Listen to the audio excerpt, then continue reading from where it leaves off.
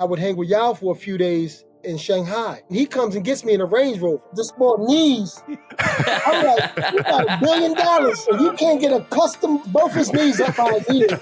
They could get them seats pushed back.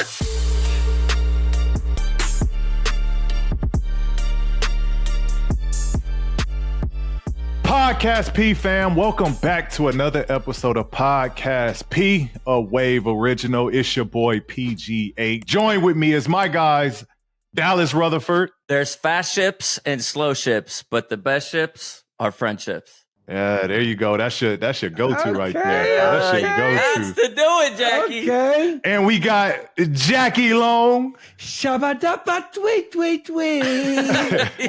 And ladies and gentlemen, we got another great one in store for y'all today. Our guest is an 11-year NBA vet, one of the best bucket getters of the 2000s, an NBA OG. Please welcome Philly's finest, my guy, Cuttino Mobley. Come on, Cat. My Come guys, on. Thanks for having me, man. Yes, sir. Yes, sir, sir. Cat. Appreciate you coming on to the show. P, so since it's Cuttino's first time on the show, let him and our new viewers know what Story Mode is all about. Absolutely. So Story Mode are episodes where we look back at classic and memorable moments of basketball history with none other than the OGs that were in those moments. Today, we got one of the OGs with us. We got to ask this, Cuttino. We like to intro our guest in with little icebreakers, that we find out.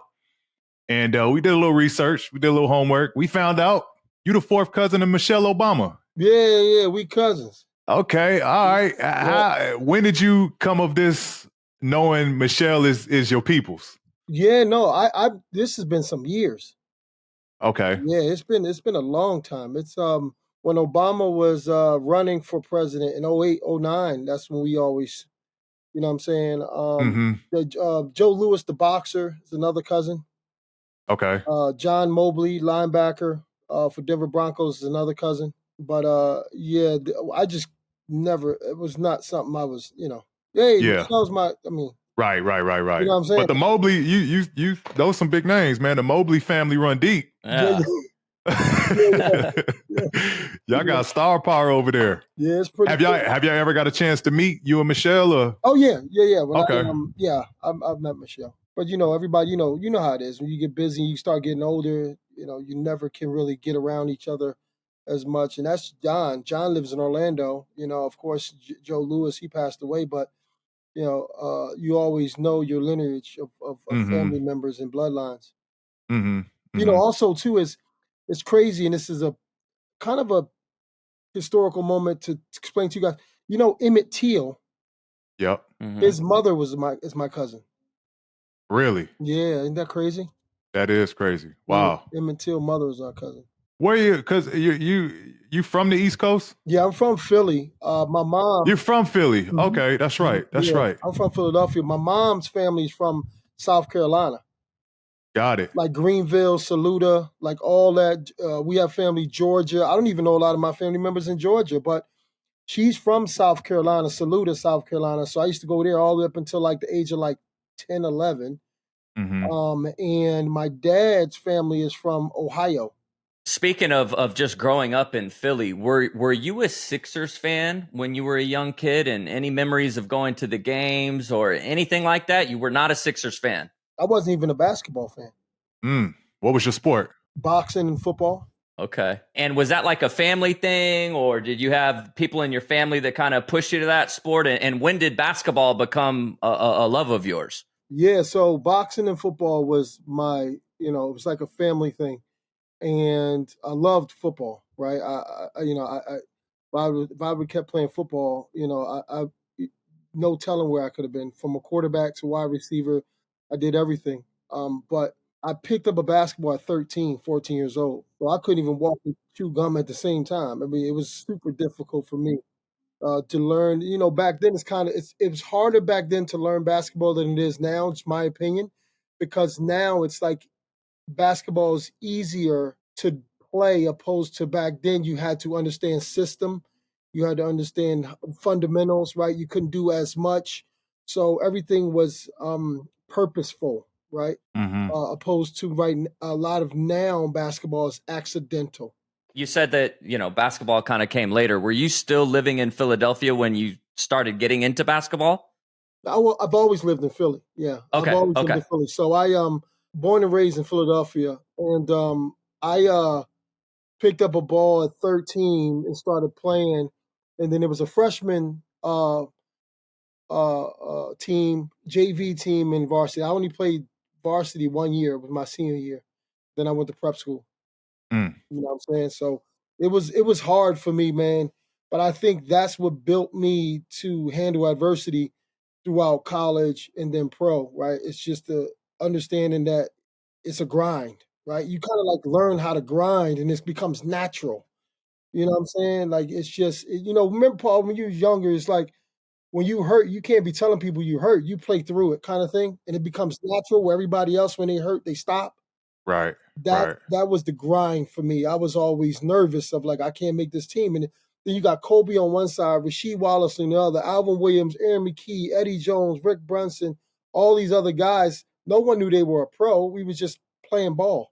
Mm-hmm. Right? So they're going hard. I got to go hard. Like, that's the only thing you knew. It's like an outlier kind of thing. You know what I'm saying? Mm-hmm.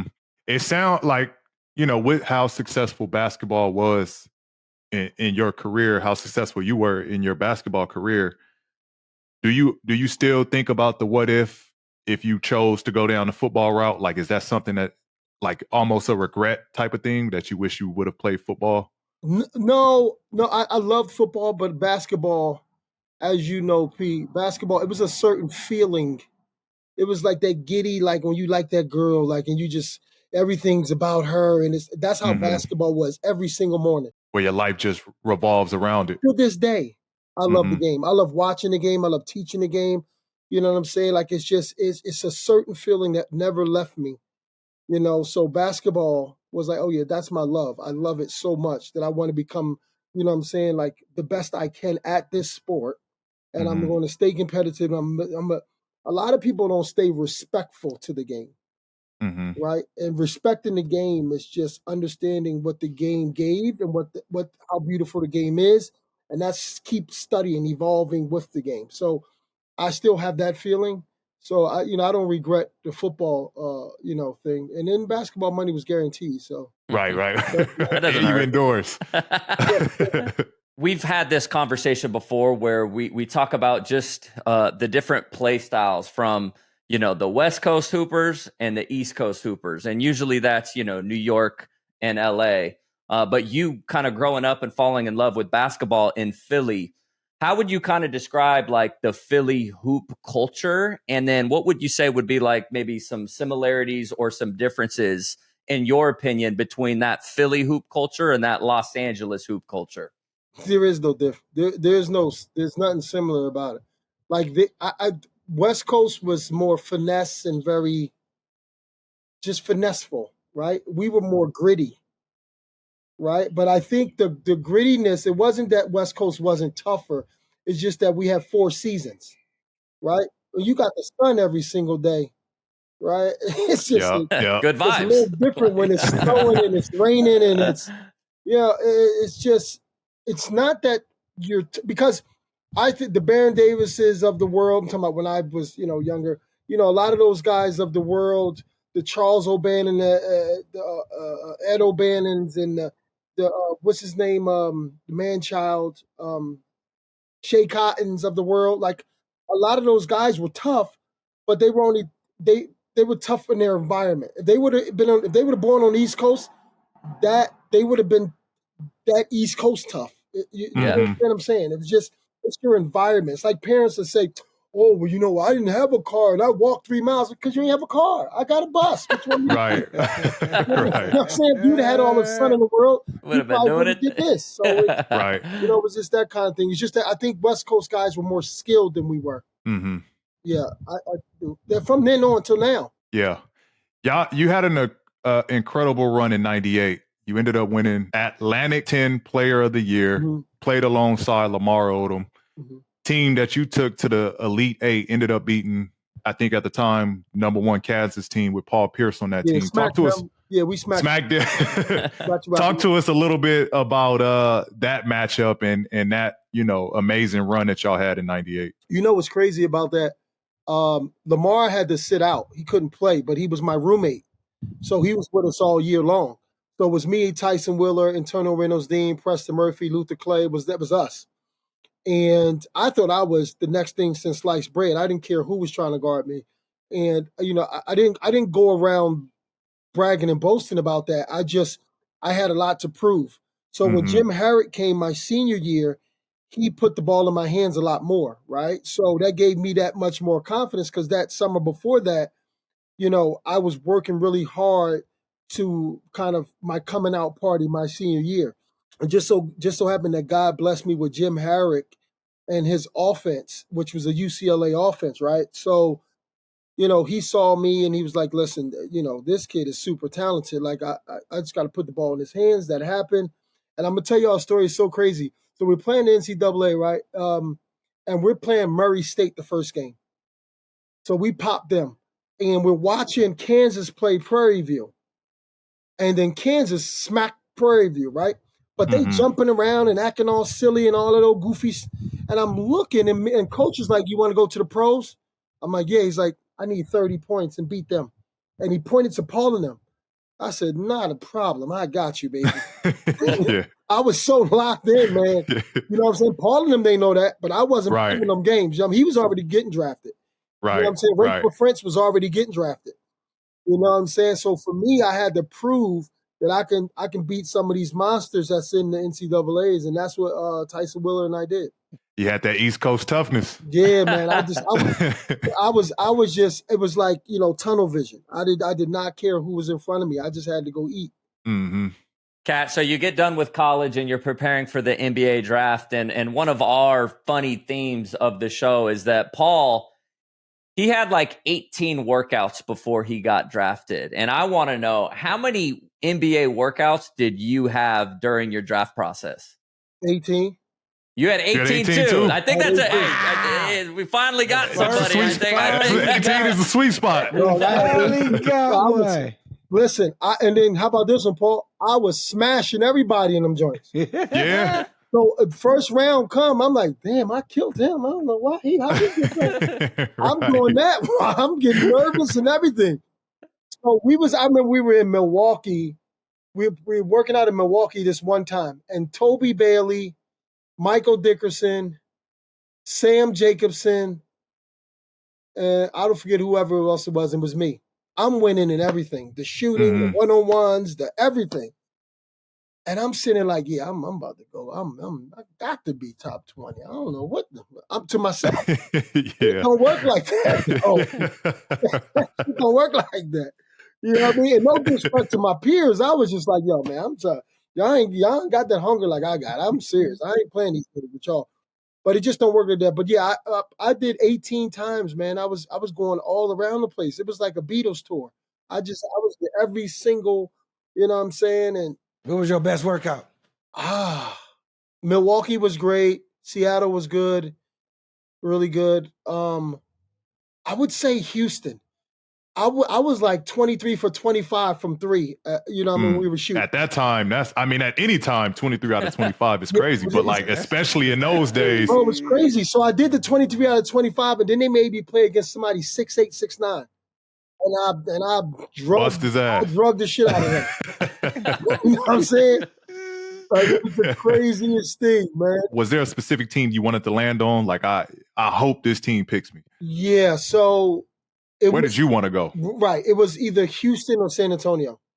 Yeah. Because of the bigs. Yep. Yeah. Yep. The Houston and San Antonio. And San Antonio, I thought was going to pick me at 24, I think it was. They had a pick. And they picked Felipe Lopez. And then that scared me. And I thought the Rockets was going to pick me because I think the Rockets had 3 first-round picks at the time. And they didn't pick me. They picked Bryce Brew, Michael Dickerson, and some other guy that didn't even play in the NBA. So they was messing with my feelings then too. So I was sitting like, no, this is crazy. Like, yeah, they just added more fuel to the fire. Oh man, I was so pissed off and scared at the same time. Right, right. Well, speaking of the draft, Cuttino, I want to ask you, is there any crazy stories from the pre-draft process or fun battles with eventual NBA stars? I don't have any. It was so long ago, Jay. God damn, dog. You know what's funny? Like I looked up to I don't know if y'all know Roddick Rhodes. He played for Kentucky. He was about 6'7". He was about 6'7". Roddick Rhodes. He did everything. Just really couldn't shoot well outside. But when I got drafted, you got Roddick Rhodes on the team. You got Scottie Pippen on the team. You got all these different guys. There's about 6 or 7 guys in front of me. So there was guys that had contracts, and then there was guys that was in front of me that got drafted. So I'm sitting here, fighting uphill kind of thing. So I was tricking, like just talking, manifesting to myself, like you the best wing, you the best. And Scottie was there at the time. So I'm talking to, and Scottie, he walked me through. If it wasn't for Scottie Pippen, I don't even know if you guys would know Cuttino Mobley. Like he's the one who advocated for me to play. He needs to start. He's bringing us energy. This kid defends. Because at the beginning, the only thing I could do that they wanted me to do, put it this way, was bring the ball up, pass it in the post, cut through, and wait for a shot from Charles or Scottie or Hakeem Olajuwon, right? So defending and shooting threes was my thing my first year. That's all they would want me to do. So, it wasn't so much as like the pre-drafts or anything like that. I didn't think about none of that. I don't even remember. I remember cooking everybody when we got to those workouts. I know that much. Cuttino said he cooked everybody, everywhere he go. Everybody. There had to be some type of animosity, or not necessary animosity, but like some type of because the guys, you said Houston had 3 first rounders or 2 or 3 first rounders. Yeah. You ended up going second round. There had to be some type of, I know I'm better than them when you got to Houston though, right? Like, was that the chip that you needed? Facts. That your rookie season? Facts. I love Bryce Drew, right? He ain't never did nothing wrong to me. But every day I'm like, come on, dog. Come on, dog. And I beat him. So Bryce Drew, we played Bryce Drew and them in the NCAA. We knocked him out. And you picked him before me. So there's footage. Yeah, there's footage of y'all going head to head already. That made me really mad. That made me really mad, right? I love Michael Dickerson. That was my guy. It was going to be me and Michael in the backcourt. But then they traded Michael. What's crazy is this is how I knew Houston loved me. Michael Dickerson was a first rounder, okay? He had won the championship with Mike Bibby and them. You draft him first round. I'm second round. And right after our first year in the league, both of him and I first year in the league, you trade him. That's when I knew I was cool. You kept me. I'm like, oh, shit. Yes, okay. Right. I'm like this. I don't know what's going on, but I'm cool. Yeah. You know what I'm saying? It sounded like they fucked up and got it right all at the same time. Right. You ultimately got drafted to Houston, I think 41st pick. Yeah. But you walk in there with a star-studded, legendary, vetted out locker room with Hakeem, Scottie, Charles, Eddie Johnson, Antoine Carr. What was it like stepping into that environment as a young fella? You know what's crazy, guys? I think Steve Francis and I would have been even bigger if we would have had veterans our second, third, fourth, fifth year. Let me tell you why. I don't know who was with you, PG, in Indiana when you went there that were veterans, like real veterans. But with Vince, like say Vince Carter, Vince had like Charles Oakley and Antonio Davis, and he had Chris Childs and, veterans, right? Like Allen Iverson had Eric Snow and Aaron McKee and Mutombo and Theoretically. They have veterans. When you have really talented individuals, you need veterans around them, like Unks or, mentors on the floor kind of thing. Scottie bumped heads with Charles because Charles wasn't dedicated no more in the game. But Charles was super smart, and he got away with the way he played because he was just so smart. He didn't really focus on his body. And Dream was just, done. He was like, he was at the end of his career at that point. It wasn't like it wasn't where he's hustling for us so we can grow. Like, it wasn't his fault. It was just what it is, right?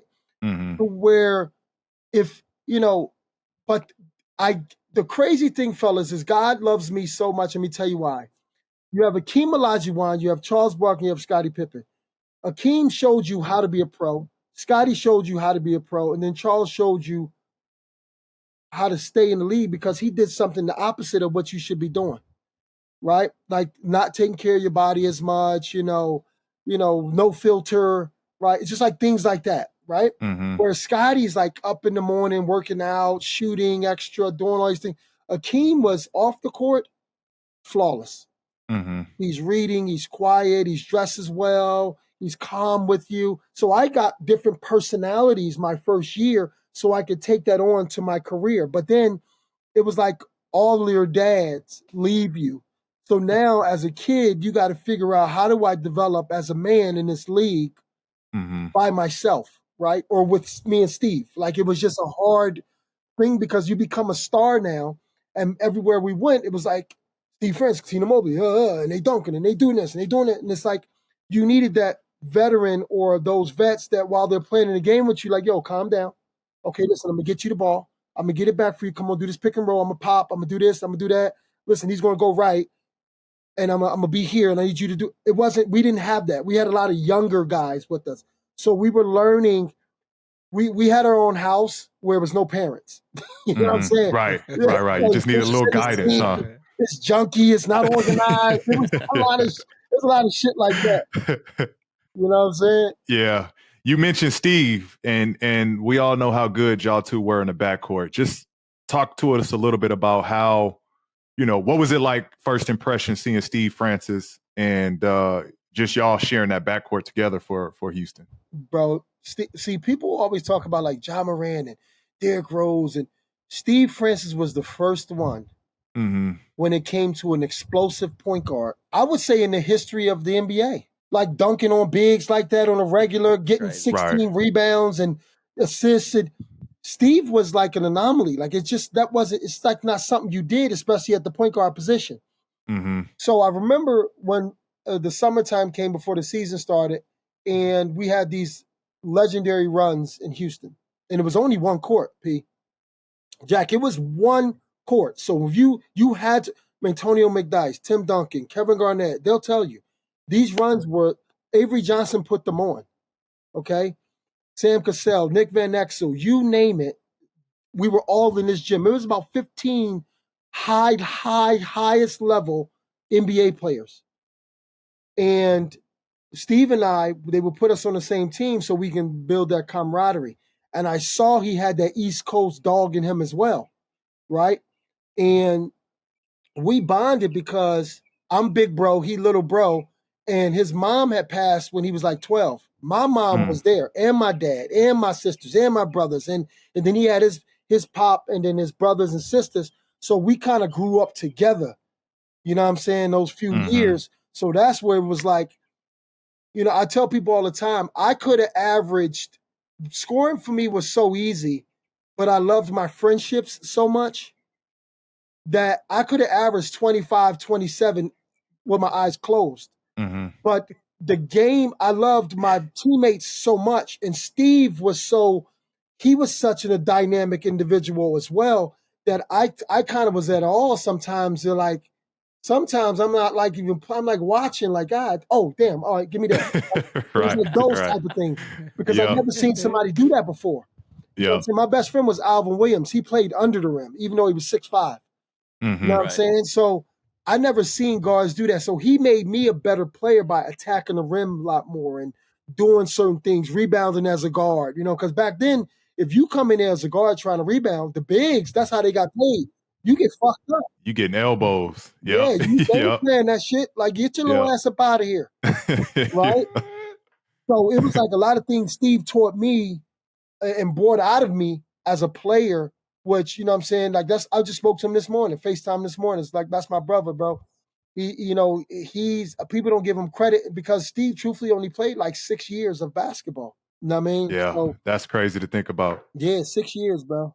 And y'all dominated in an era where y'all position was loaded. That 2-guard combo guard, it was loaded, but yet y'all still dominated. Melo spoke about it him having to alter his game, Mm-hmm. adding a jump shot because of how well you would swipe down and rip him on his post move. So Right. talk to us a little bit about like just, those matchups, the toughest matchups you had in that era in those early 2000s. Listen, there was no night off for me. You know what I'm saying? Like it was literally no night off for me. Melo was a bully. You know what I'm saying? Right. So, right. He was like, he gonna beat you up, and afterwards you feel it. You like, damn, dog, my rib hurt. It wasn't hurt during the game though. I tell people all the time, I never used to ice, right? Like my first 2-3 years in the season, I used to have bags everywhere after playing Melo. And it was only Melo I felt like this. But I'm telling you, dog, he just beat you all up. You're like, God damn, dog, why are you wrestling? What are you wrestling for? Right? But it was like Melo one night, then it was Ray Allen, then it was Tracy McGrady, then it was Vince Carter, then it was Kobe Bryant. It was like, for me, I have to guard those guys. I'm not sitting there roaming around, right? I got to guard them. So, when I played, I had to stay laser focused because I knew somebody's trying to bust my ass the next night anyway. You know what I'm saying? Where Steve, it was only a certain amount of point guards that was as athletic, the Baron Davises of the world, the Stephon Marbury's of the world, right? And then, because John Stockton, I love him to death. Gary Payton, love him to death, but they were getting older. So the Jason Williams of the world, the Baron Davises of the world, the Andre Millers of the world, you know what I'm saying? Like Steve had to worry about them. I had to worry about really athletic, do everything 2 guards and 3s. And Melo and Brian come in. I'm like, damn, D Wade. I'm like, this shit ain't fair, dog. It ain't fair. This is the craziest thing in the world. Right. Talk to us a little bit, just because like that is, I think, a lost art, and it's a mindset and mentality. And where did the appreciation for you to be a two-way player? Because not like guys run away from playing one side or the other, right? They don't want to do both. Like where did that appreciation come from where you wanted to dominate on both ends? So, okay, so I'm going to back up real quick. Latrell Sprewell and Allen Houston was a problem too. You know what I'm saying? And they were on the same team. Yep. So, you had to get real good sleep because the next day, even if you switch off on one of them is spotting up or one dribble, kill assassin. And the other one was, on the fast break most of the time with Latrell. Slasher, so yeah. So I had to, your brain, and I was telling, and remind me to speak to you guys about this later on, but your brain has to switch on your opponent. So if Allen Houston is, catch and shoot or one dribble, 2 dribble pull-ups, and then Latrell Sprewell was more attack downhill on the fast break, I don't care what you think you can't do. You better do this or you're in trouble. You know what I'm saying? So I just want to shout out them because they were phenomenal. But, for me, man, I think it's just, I got this from Kobe and Aaron McKee and Eddie Jones. They were all great defenders.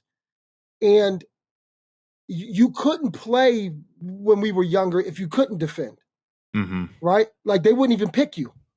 So it was instilled in me to compete.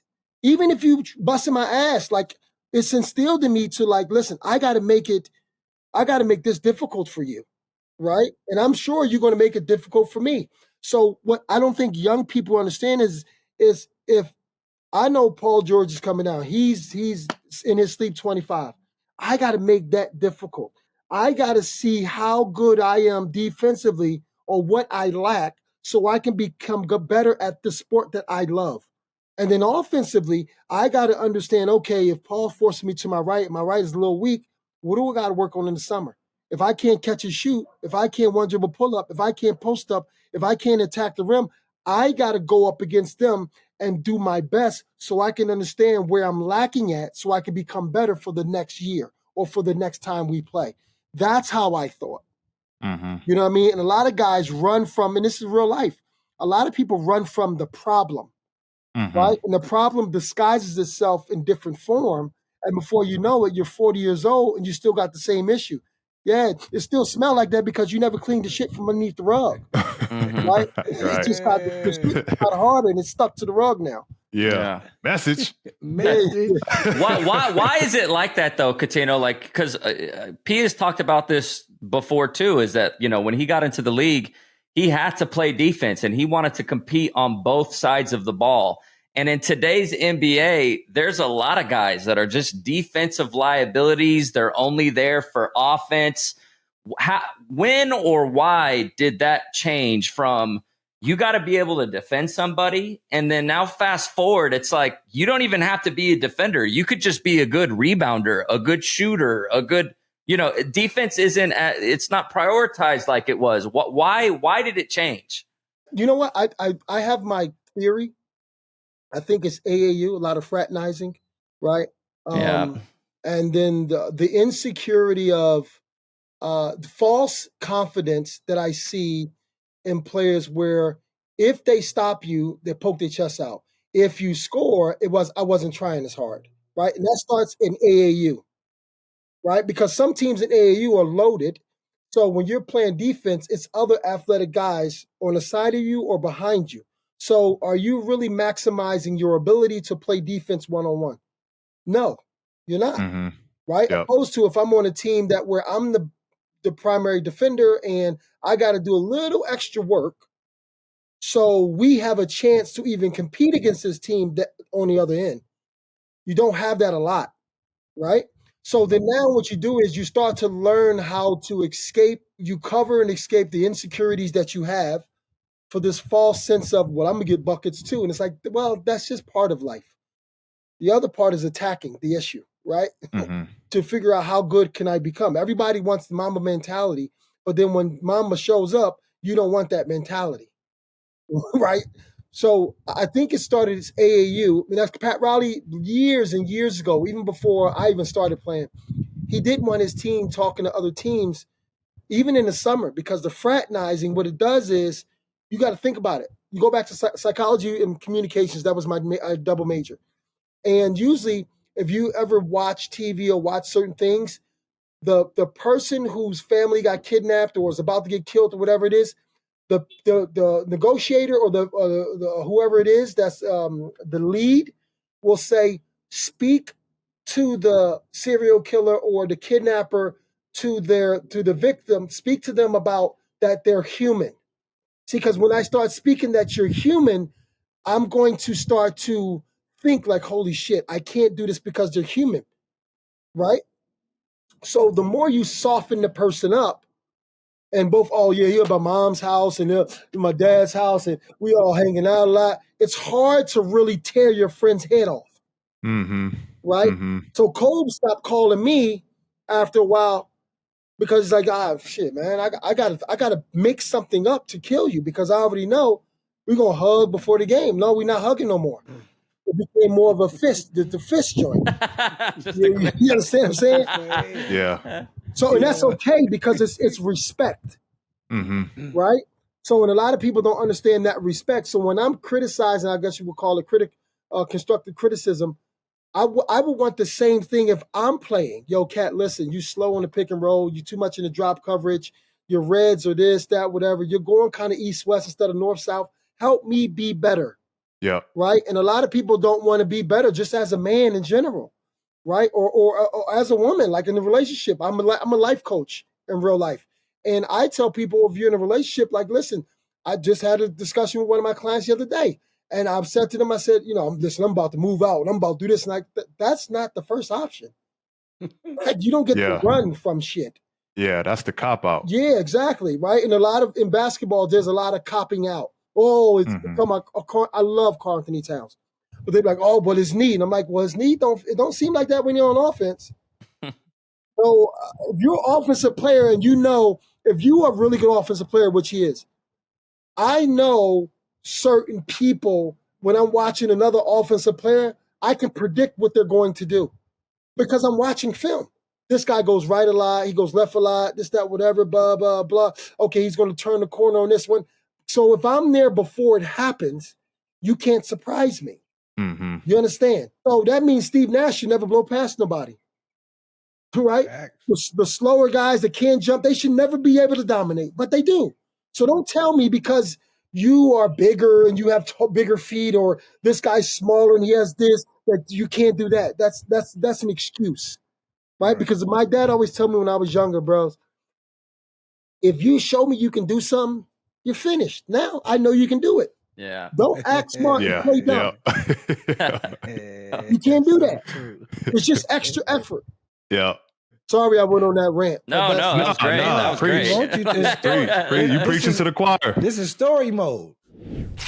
The NBA finals are underway, and this is your last shot to win some real cash before the season ends. The simplest way is to get in on all the action. Downloading the Pick Six app from DraftKings. Pick Six is available in tons of states: Texas, Cali, Georgia, Missouri, plus many more. So make sure you tap in. Look, it's crazy and simple. Just pick more or less on the stats for 2 or more of your favorite players, and boom, you in the mix for big cash prizes. No gimmicks, no weird rules. Just nail your picks and you're heating up. Pick Six brings upside with payouts up to 500 times. Game 5 of the finals is here, and these are my picks. You know I got to go with my boy Tyrese Halliburton for points, and I'm going to pick more because he just out there doing everything.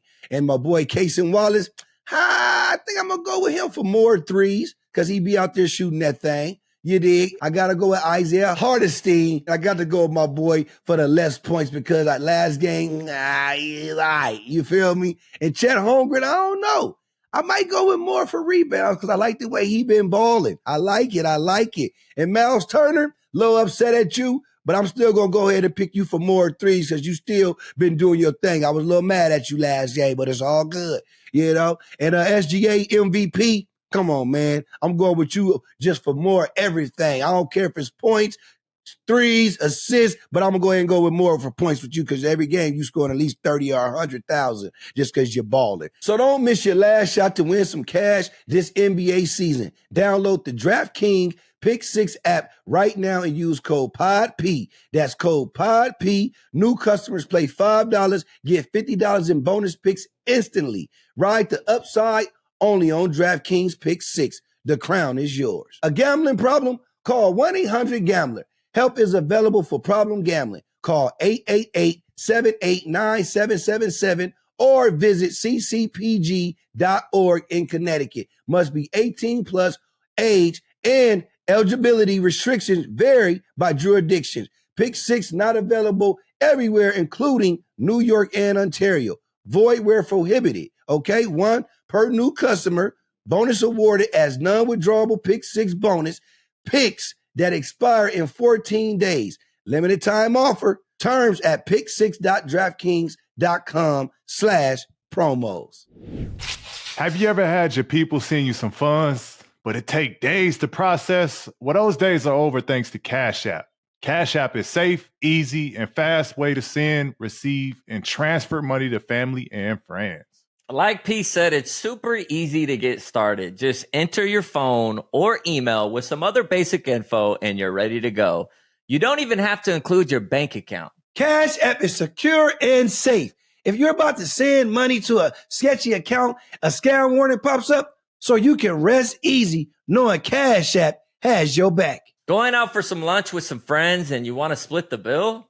No need to throw 3 cards on the table. Just send the money through Cash App. I love using it because it's easy and it just makes life way less stressful. I gotta ask y'all, what's the least amount of money you've ever requested someone to pay you back on Cash App? Look, man, I accidentally sent somebody $75 before, and I wanted that back ASAP. I don't care how much. That's a video game right there. Give me mine. I say mine was about $20. You know, I'm always looking to buy some new skins on duty. So, you know, I needed that quick 20. I get the new operator. You heard the guys. For a limited time only, new Cash App users can use our exclusive code to earn some additional cash. For real, there's no catch here. Just download Cash App and sign up. Use our exclusive referral code PODCASTP in your profile. Send $5 to a friend within 14 days, and you'll get $10 dropped right into your account. Terms apply. That's money. That's Cash App. Y'all got drafted in 02 somebody that was huge. And he goes by the name of Yao Ming. So I want to know, what was your interactions when you first met Yao Ming? And like, do you have any fun stories about a dude that you probably couldn't believe he was I'm not gonna say all this because these boys just make fun of me for certain words I say. So like they've been doing, that's why they was laughing. But you understand what I'm saying. So that's all I want to ask you. You know what's crazy? Before we even get into this, I'm 50, dog. I'm not into the little what it The pause. pause moments and stuff. Yeah. Thank you, Cuttino. I just want to fucking talk, bro. That's all I want to do. Nah, but Cuttino, to be fair, some of it's crazy, bro. Like some of it's stuff like I'm not exaggerating. Some of it's I hear you, crazy. Cuttino, but sometimes he say some wild shit. And you gotta check yourself. Cuttino, it's normal talk. How we supposed to talk? I don't know no other way. I'm sitting here thinking, you got me stuttering and shit, and I took communication. It's crazy, man. My bad. We gotta think, and then they do it while I'm talking. It's like, okay, it's like they're young. They're young, man. Hey Jack, I said to the young boys, yeah, I was digging in the nigga ass. He's like, damn, bro. Okay. Yeah. Hey, That's applause. That's applause. Cuttino, we wouldn't let that slide. Nothing's wrong with that. In our day, nothing's wrong with that. Now you say, I'm digging in some ass. They like, whoa. Like, damn. Then I'm walking on eggshells. I gotta watch my face. I'll say this, Cuttino. I'll say this right now. Just don't say nothing like that. But you can't dig in nobody's ass. They gonna say, whoa. You still digging in ass? It's like, okay. Usually the OG episodes we let those slide on the OG episodes. That's a pass. We're not gonna do that. So why did you laugh? But people, that was down. You and Dallas, cut the shit out, dog. Like, come on, man, grow the fuck up. I ain't rolling. Dallas. Oh man, that's good. But no, seriously, Yao was amazing, man. You know something about Yao, which he taught me to be a lot more mature, and life wasn't just about me. Listen, I grew up a very centered individual, right? I have 4 parents, and also too as second rounder. It's kind of like a blue collar kind of characteristic of like I wasn't like a cocky person, but Yao Ming and watching Yao Ming, whatever problems you did have, anybody in America, kiss my ass. Yao Ming had a continent, dog, on his back. And he was very stoic all the time. I'm talking about Michael Jackson, Beatles, don't matter what it is. Cameras are everywhere when he first came. Every city we went to, you go to San Francisco, every Asian that was in San Francisco was at that bus. Yeah. You go to New York, you go here, and Yao Ming was still chill. Yao Ming was still answering questions. Yao Ming was still, he was just and then, the language barrier and then the terminologies when you're playing and the game is moving really fast, he was patient. You know what I'm saying? Like, I'm with him. I'm leaving Wednesday to go to China, and I'll be with him for 5 days. Like, one of my closest, like, I love him, man. He's just, the knowledge he has, just spiritual knowledge, and the calmness about Yao, for me, man, was, I remember when he got a car, because, in China back then, you can't drive. And they had bikes and shit. And he got his first, he crashed that during the stop sign. I'm like, what the fuck? He come to get me. So now fast forward. I would go out there on my birthday, which is September 1st, and I would hang with Yao for a few days in Shanghai. So now we ain't playing no more, and I'm going out there, and he comes and gets me in a Range Rover. Dog, this more knees. I'm like, you got $1 billion, and you can't get a custom. You get a Range Rover. Both his knees up by his ears, and all I'm thinking about is the crash when we were younger. I'm nervous as shit in that car. I swear for goodness, dog.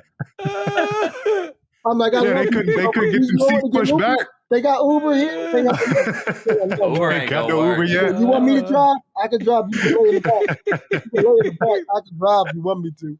I'm scared of shit, dog. I'm scared of shit. Shout out Yao, man. He is a gentle giant. I've been able to know him and meet him, and I'm actually supposed to go over to China this summer again. I went last summer. I'm supposed to go over there again this summer to do his, his charity game that he does. So looking forward to that and looking forward to my time in China. But yeah, man, just let's talk about an incredible human being. And I think those guys are just gifted when they're that tall. They understand that, like, you'll never meet I feel like a cocky and because even you think of Boban, right? Mm-hmm. He's Beautiful the biggest soul. people person. Yes, like they just understand they're giants, and everyone is going to be in awe of them, and they know how to nurture that. Yeah. And so I got a huge respect for those guys, man. They just special human beings. Wait, didn't I see you when I was over there? When I was Yeah, I saw you when I was over there. That's right. Are you gonna be back for the his charity thing again this year? Or Yep. Okay, Yeah. all right. Well, I'll see you over there again. Yeah, we doing something in a couple of days for his thing, and then we're gonna go back and do. I think it was August, right? It was like August. Yep, August. Yep. Yeah. Mm-hmm. So we'll do that again. Okay. All right. So, Kat, you then are involved in a blockbuster trade from Houston to Orlando in 2004. And the team that you had in Houston was a solid team. I think you guys won 45 games the season before you got traded. What was going through your mind? What were your thoughts, about the trade? And did you want to leave? What was going on through your mind? Yo, you know what's crazy, bro? I'm still a little pissed off. I love him to death, but I'm still a little pissed off at Jeff Van Gundy. So those jerseys you see that the Rockets are wearing right now, Steve and I designed them. You feel me? So it was like we didn't think we were getting traded. Me, him, and Calvin Cato. We played the Lakers that year 9 times and was 5-4. That was the record. Lakers went on to lose in the NBA championship to Detroit. But that was our first year with Jeff Van Gundy, and I guess Jeff was sick of me and Steve. I don't know what was going on, but he traded us. You know what I'm saying? And I thought that we had a really good nucleus, right? Because you had shooting, you had attacking, you had bigs, you had everything for us as a team. And, I averaged, bro, he was telling James Harden this past during it was training camp in Hawaii. And he was telling James, he was like, kind of giving me a lot of props, but he was like, James, I played this man 42 minutes a game for a whole season, right? And if I could have played him more, I would have. And then I'm saying to myself, well, why the hell you trade us? You trade us, yeah. Damn, huh? And listen, I love Tracy McGrady. That's my brother. But I was traded for, we was traded for 5 of them. Tracy, Jawan, T. Lou. I don't know the other 2 who it was. But anyway, me, Steve, and Calvin Cato. So you traded 3 of our starters for 1 of their starters, right? And then we were 4th in the NBA in defensive efficiency, right? So we were coming along, and it was only 1 year with Jeff, right? So I thought with the team, you got a point guard, a 2 guard. Jimmy Jackson was the 3, right? And then you had Yao Ming at the 5. We can compete because that time, think about it. Gary Payton was at the 1. Kobe Bryant was at the 2. Devin George, Rick Fox or something was at the 3. Karl Malone was at the 4. Shaquille O'Neal was at the 5. That lineup was crazy. That's crazy. Yeah. That lineup was crazy, dog. Scary. And we were competing, right? Yeah. So we just so happened to meet them early in the playoffs, and they got us out of here. But it was something for us to build on. And that summer, Coach, he was like, yo, listen, y'all not getting traded. Don't worry about those rumors. Listen, man, a week later, me and Steve was out of there. Me, Steve, and Cato was out of there. So it bothered me for a second because I wanted to build with Yao, Steve, you know what I'm saying, Jeff and them. And then it was the first time we actually had real veterans. We had Mark Jackson was on our team, was a vet. Charles Oakley was on our team, was a vet. So we had real vets, and we knew how to play the game now, right? We wasn't exhausting ourselves, dribbling the ball all over the place. You know what I mean? I'm averaging a cool 17, just be as easy. You know what I mean? And I was a third fiddle. Steve was averaging 18, and Yao was, or I think Steve was averaging 20, and Yao was averaging 18. It was something like that, whatever the case is. But my point is, that was our first year of underneath Jeff Van Gundy. If it had kept going another year or 2, you think about it, like now we have a there's a certain cohesiveness where we're moving without the ball. And people don't understand this. Yao Ming can pass. Pass. Yep. So Yep. our offense wasn't, if we'd had a Rick Adelman's offense with that Houston Rockets team, it'd been hard to beat us. Mm-hmm. Yeah. Mm-hmm. So you get traded to Orlando, right? Mhm. And then you get traded again. So was that Yeah, like after a the- back-to-back? Like, I mean, that's, getting traded once, that's one thing. But then getting traded, I believe you played 23 games in Orlando, if I have that correctly. Yep. What's that doesn't happen too often from my memory. Like, well, what's going through your head the second time? Well, yeah, so I'm going to tell you this story, right? So they won 18 games, I want to say, the year before. Tracy and them. Or 21 games. Some 18 to 21. I don't know. If I'm gifting them 3 games, cool. But they wasn't shit. They was trash, right? So they was losing. We had 3 starters that come over there. We top in the East now with us. We already won 10 games. So we was already, you know what I mean? We top 1 or 2, maybe we was second or third in the East at that time when I was there. So Johnny Davis was the head coach now. He goes, now wait till I tell you the starting lineup and the bench. I think it's the best team I've ever been on, if you think about it. But check this out. So he says to me and Steve, he brings us in, he's like, yo, listen, guys, we got to get the rookies in, this, that, whatever. Now it's my rookie, it's my contract year. PG, it's my goddamn contract year. I'm shooting 46% from 3. Mm-hmm. I'm 44% from 3. I'm third in the league. So I'm sitting there like, yo, you about to mess up my money. You out your mind. So I go to the GM. I'm like, yo, I tell my agent, I'm going to GM. Yo, tell him to get me out of here, dog. Y'all got this. You don't play with my money. So the GM was like, GM knew me. He's from Philly. He's like, yo, Cat, where you want to go? I said, he gave me 5 options. I said Sacramento. So he swapped me for Doug Christie. And then I go to Sacramento. I'm averaging 18 in Sacramento. I'm shooting 44% from 3. You know what I'm saying? 45, 46 from 2. I'm killing them. Right? But our team, check this out. Johnny Davis, now we top in the East. I leave, they don't even make the playoffs. I ain't saying listen, I ain't saying it was because of me, but it was because of me. You were saying it. There we go. But you got a lot to do with it. You feel me? So listen, check this out.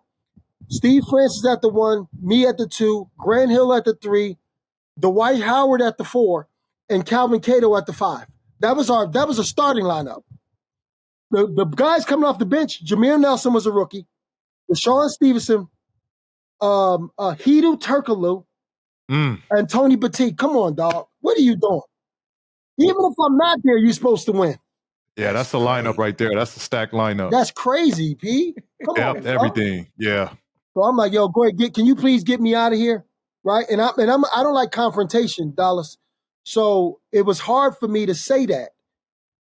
You know what I'm saying? Because I didn't want to be a disgruntled. I've never been that. I was captain of every team I've been on. I've never wanted to be a disgruntled individual. And P, you know this. Sometimes you bite the bullet or whatever it is on a team because certain guys will show you their character and being like and mess everything up. I don't get like one time. Corey McGrady was, and that's one of my closest friends. He bumping heads with Mike Dunleavy.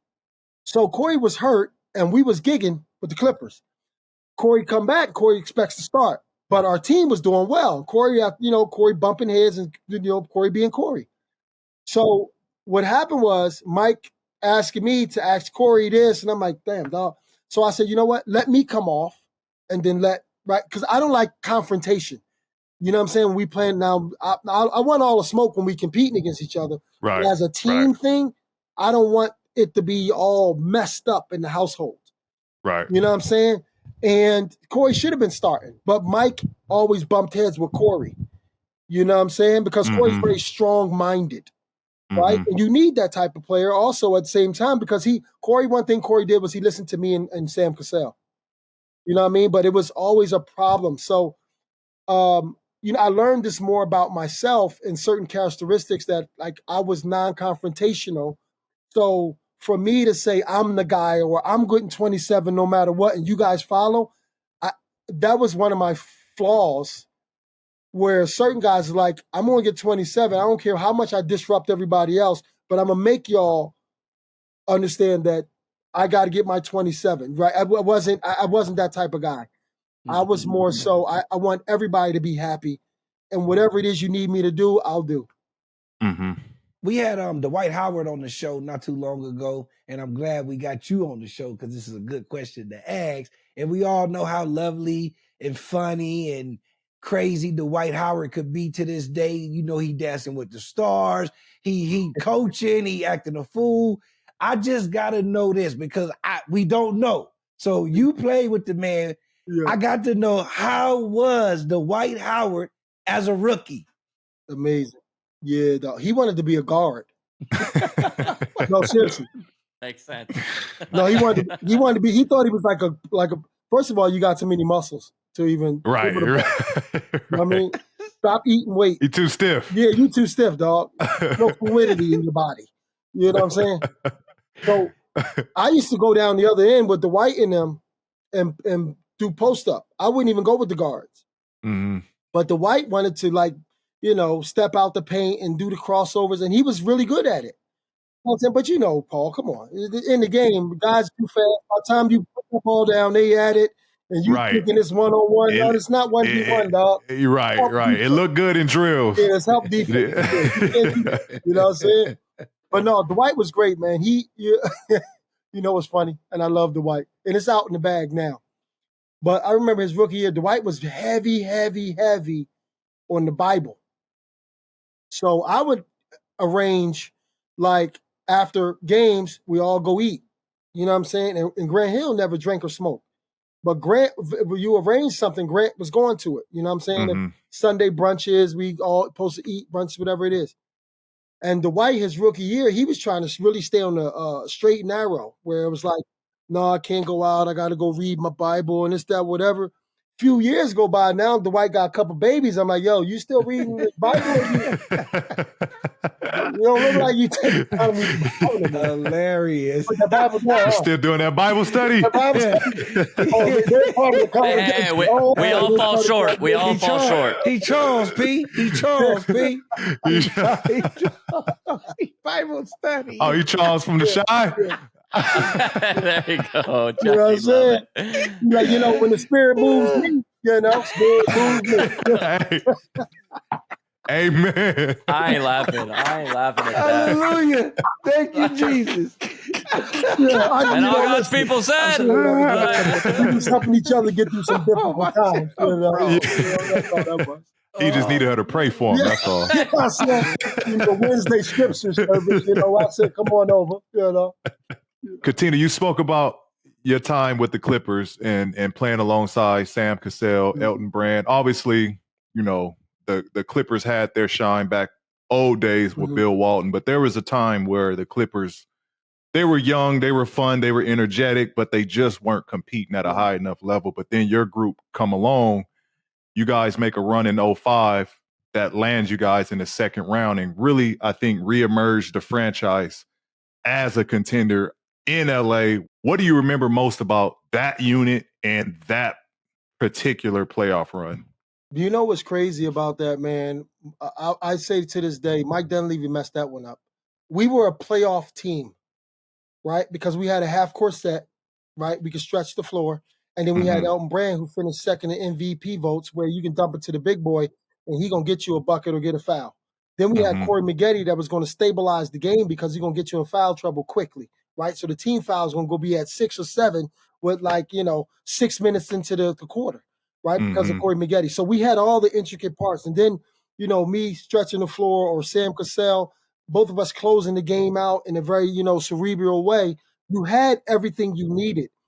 And we playing Phoenix Suns, and we had a chance to go up 3-1. And Mike put in Daniel Ewing, those shout outs to Rook, at the time, but it was just a bad move. And they tied it up. We go to 7. It's all bad. But just the strategies behind that, where we could have been to the Western Conference Finals, we could have beat Dallas because we had Dallas that year, right? The way we played Dallas, we could have. I mean, listen, put it this way. It's all hypothetical, but the way we played Dallas during the season, we had their number for the playoffs because we were also a playoff. Listen, Paul, you know how it is. There's a regular season team, then there's a playoff team. Mm-hmm. We can run in the playoffs and we can half court in the play. It didn't matter. You know what I'm saying? We can switch, we can blue, we can stretch, we can red, we can do everything because we had the personnel to do everything. So, and then we caught Phoenix at the wrong time, right? Phoenix MVP Steve Nash, and you're dictating where the ball goes and all this old crazy stuff. And, that's what it was. But as far as the city of LA, man, the reason why I'm still here, I love it so much because I witnessed something where, you're in Houston and you win, yay. You in Sacramento, there was already winning, yay. But then you get to LA and then they wasn't looking to win, and then you win. Every restaurant you went to, every gym you went to, every premiere you went to, it was just like, yeah, like it was like fun. It was like you really meant something, right? The Billy Crystals of the world, the Kadeem Hardisons of the world. We got to show them what it feels like to be in the playoffs. You've seen all these people like having fun. That made me feel like, okay, I've accomplished something. Now let's go a little farther, kind of thing.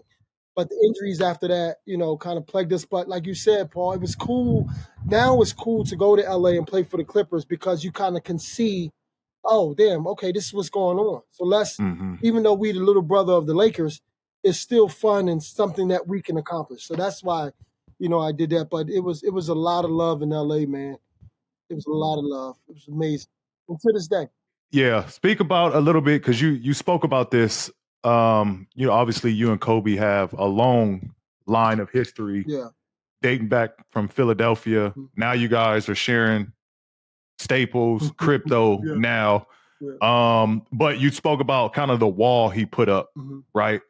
What was there ever moments where Kobe would kind of let that wall down with you guys being in LA, or was it just, hey, I'm with the Clippers, you with the Lakers, I see you, we see you?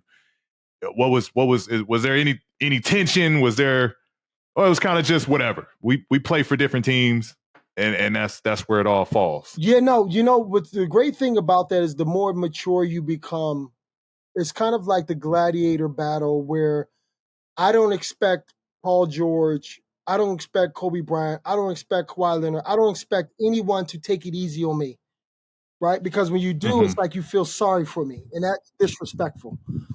So we understood that kind of midway into my career, where it's like I love you, but I'm coming to bust your ass now, right? So and I want you to do the same thing.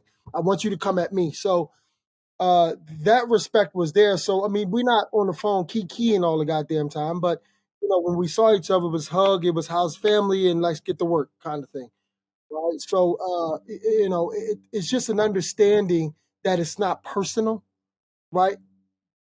But it was never where he just understood how to compartmentalize his emotions, right? And I think younger people need to try to learn that as well now, so the game can be more competitive. Like OKC don't care about nobody; they not friendly with nobody. Right. You know what I'm saying? They coming for your head every night, every possession. Listen, man, every one of them got a katana. They chopping heads off. Yep. It's crazy. But so Cole, man, I remember when he passed, a lot of our peers hit me because they knew how close and how much I loved him. You know what I'm saying? And he was my brother.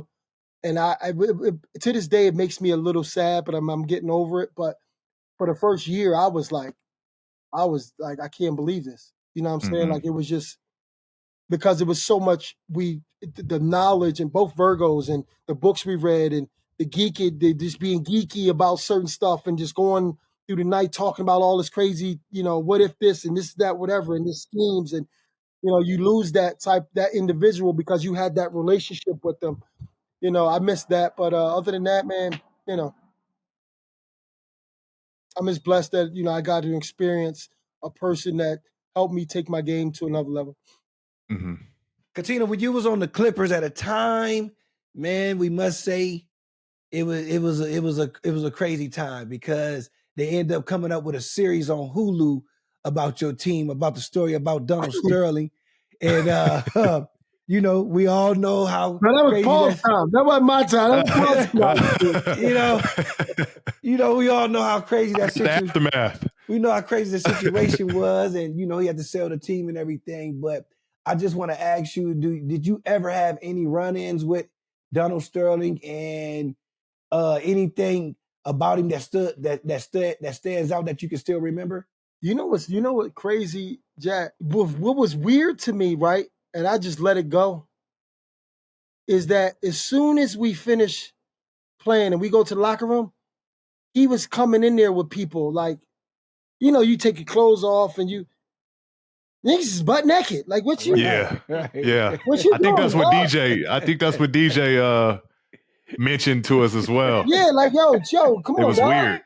Like we was like we were like it was like art or like the zoo. My nigga is like look at this specimen. You see this one? Look how tall that is. Like this is he's got dreads.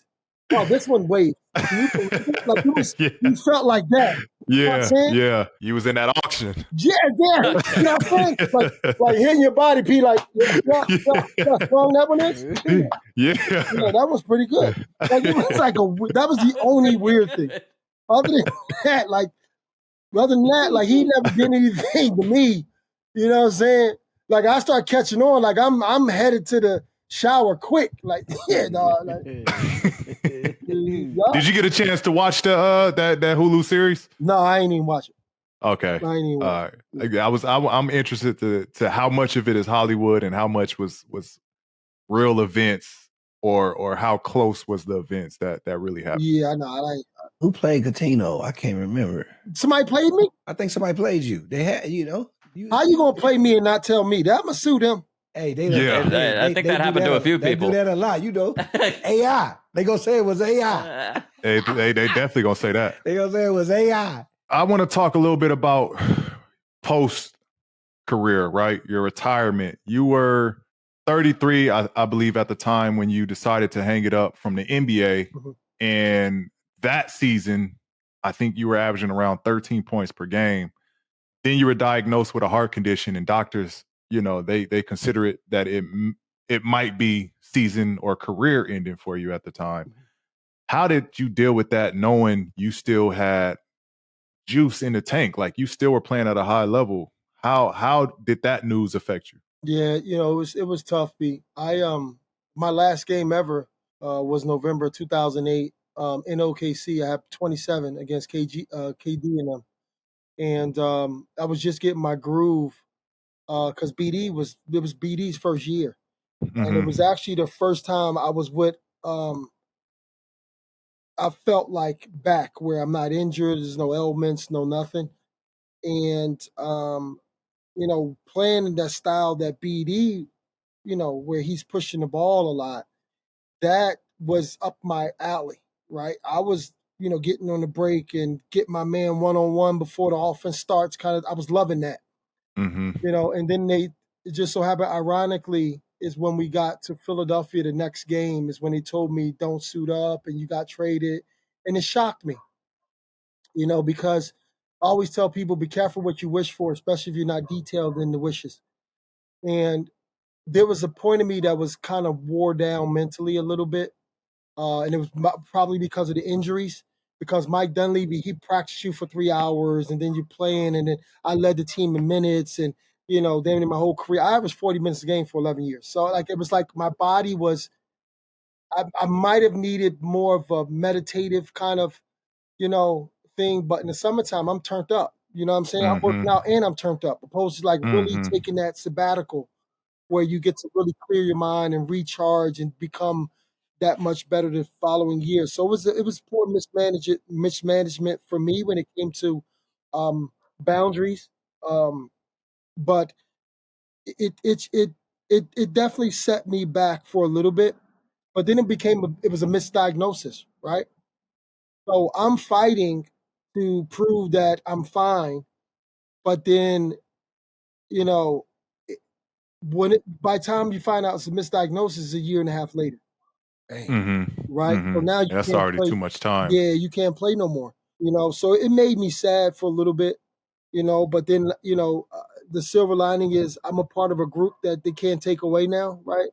So I'm PG's my brother. This Kawhi's my there's a certain small fraternity that you are in that only 5,000 people the Zen. So I'm cool with that. You know what I'm saying? So I live with that, and then I have beautiful children. You know what I mean? And that taught me because there was different things that were happening in my life where I just was going. See, when you play basketball, you're just going with the flow of the outside world, not on the court, but the outside world. You're just paying this or doing that or this, that, whatever. So you're actually teaching people how to treat you in a negative way. Opposed to if you're not playing no more, now you're at home and you see the bills and you see this and you see characters. Now you understand more of this individual, but you kind of created that. I learned that more about myself and I learned myself more and who I am as a person. And that helped me become a better person in life because it could have been if I'd have kept playing for another 5, 6 years, it could have prolonged until then, right? So it helped me become better as an individual sooner in life. So, that's what for me, if that answered the question. All right, Cuttino, this is the last segment of the episode, something we like to call Chat PGT, which is presented by DraftKings. Now, let us know what Chat PGT is. So, Cuttino, we have a segment that we use with every guest, and we call it Chat PGT. And in this segment, we're going to quiz you and PG on your respective careers and see if you can get the answers correctly according to Chat GPT. And again, this week's edition of Chat PGT is presented by DraftKings. So the first question is, with Oklahoma in the finals, you recently said that Jalen Williams is your modern day comp. And we asked ChatGPT who would win in a one-on-one game to 11 between you and Jalen Williams. Well, you asking me that? Yeah. So we asked ChatGPT because you said that Jalen Williams was your modern day comp. We asked ChatGPT who would win in a 1-1 game, you or Jalen Williams. So we want to get your answer on who would win in that game, 1-on-1. I'm winning. I'm a one-on-one guy. Okay. Yeah. But dude, the old Cuttino, the 50-year-old Cuttino, or the 20? Well, we talking young Cuttino. Young Cuttino. No, you ain't got versus prime. You ain't got a chance. You ain't got a chance. Yeah. That's what I did. Okay. That's what I did. I'm rolling. Okay. I'm rolling. Okay. I'm rolling. I mean, you talk about in one-on-ones is played from what? Elbows, block. Yeah. You're not playing from you get infinity amount of dribbles, top of the three-point line. Now you're playing from the elbows or the block. Yeah. And Cat was, I mean, one of the best to do it. You know what I mean? So yeah, I don't think there's a chance. As talented and as good as Jalen Williams is, I love him. Don't get me wrong. super. I mean, he's a star, right? But you got him. I got Cat. Okay, so I got to give you guys the answer. Chat GPT's prediction. Jalen's athletic edge and size would be hard to handle in a one-on-one setting where there's no help defense. Mobley could keep it competitive with his shot making, but he'd struggle to stop Jalen from getting downhill. And honestly, I mean, give him the score. I'm give just him the score. Okay, so the score was Jalen Williams 11, Cuttino Mobley 7. Okay. They gave you the hypothetical L. Yeah, and I mean, listen, when you're older, of course it's gonna be like that. Now, if you had a young Cuttino and that GPT shit was out.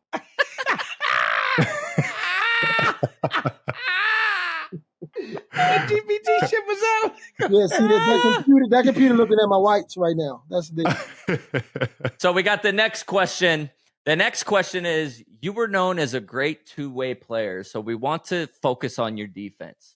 We asked ChatGPT for your best defensive performance based off of the opponent's field goal percentage.